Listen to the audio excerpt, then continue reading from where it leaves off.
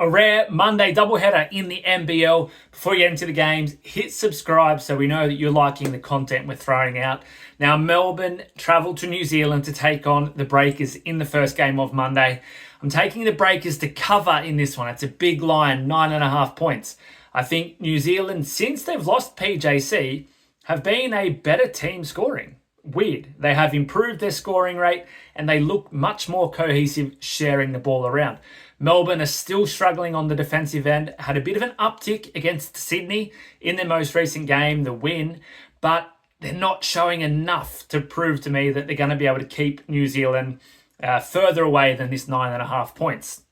Melbourne have allowed an average of 98.2 points to their opponents in the last 7 games, which is quite high in the NBL. New Zealand, still one of the worst scoring teams, but like I said, have improved their scoring rate in their last 4 games.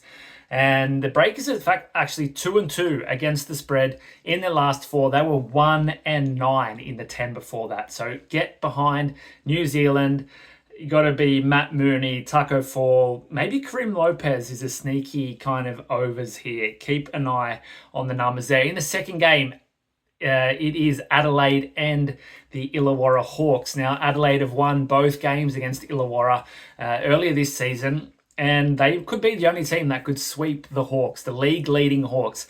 I don't think it will happen, though. I think Illawarra will get the win, avoid the sweep from the 36ers, and it's going to come down to scoring. I think Illawarra have reinvigorated themselves in their first quarters. They have been the best first quarter team all season long, but had a bit of a dip over the past few weeks, losing some of those first quarters, which is setting them up for losses or very close wins in those games. I think they're going to get out quickly against Adelaide, who have had trouble keeping with teams in the last few games.